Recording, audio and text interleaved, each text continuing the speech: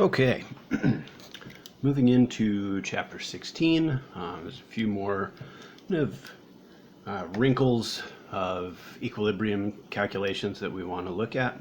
The first one here is referred to as the common ion effect. And basically this is where we're going to have one component of our equilibrium, which generally is going to be an ion, that's coming from or represented by two different reactions. So I think the best way to kind of show what is being described here is to just jump right into the calculation. We want to calculate fluoride ion concentration and pH of a solution, 0.2 molar in HF, so that's a weak acid. We'll have an equilibrium there. But the solution is also 0.10 molar in HCl, which is a strong acid. Now we've got Ka for HF here. But if we start with HCl, we know that being a strong acid, HCl is going to react with water in this solution in a one-way reaction to make hydronium ion.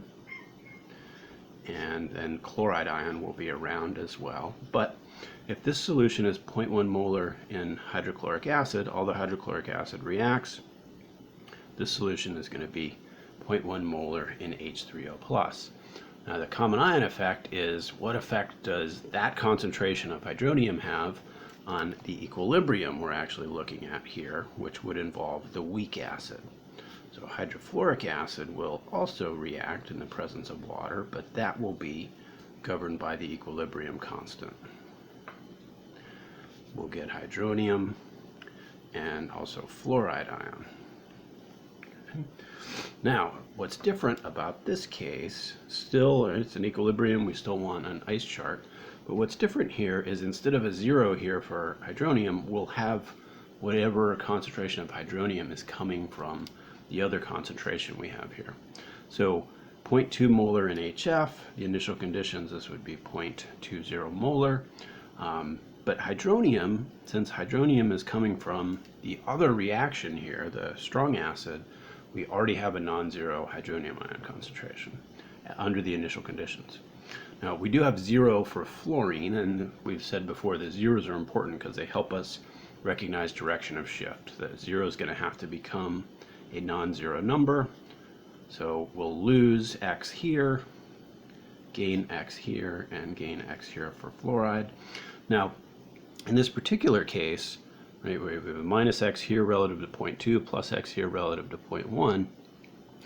This type of calculation could get ridiculously complicated with x squared, even x to the third, or higher term forms. But generally what's going to happen here is, since we have a positive concentration of a product, that's going to minimize the shift forward of the equilibrium. And that means we can ignore minus x. And since we have a positive concentration of the reactant, that would minimize any shift in the other direction as well. So for this type of problem, we're going to be able to eliminate both of those changes, right? If the shift forward is small, minus x is not relevant. If the shift forward is small, plus x relative to the 0.1 is irrelevant. But the plus x relative to 0, that's always going to be relevant. Any change from 0 is important. So when we get to equilibrium, 0.2, 0.1, x. Right? So that's the difference in the common ion effect, as we're factoring in that other reaction. Now if we just plug this in to our Ka expression, that would be the products over the reactants. And that would be 6.8 times 10 to the minus fourth. Hydronium is still x, but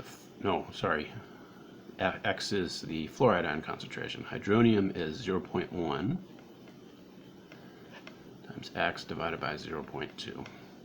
Right? And we just need to solve that for x. So we punch that in, solve for x. That's 1.36 times 10 to the minus third.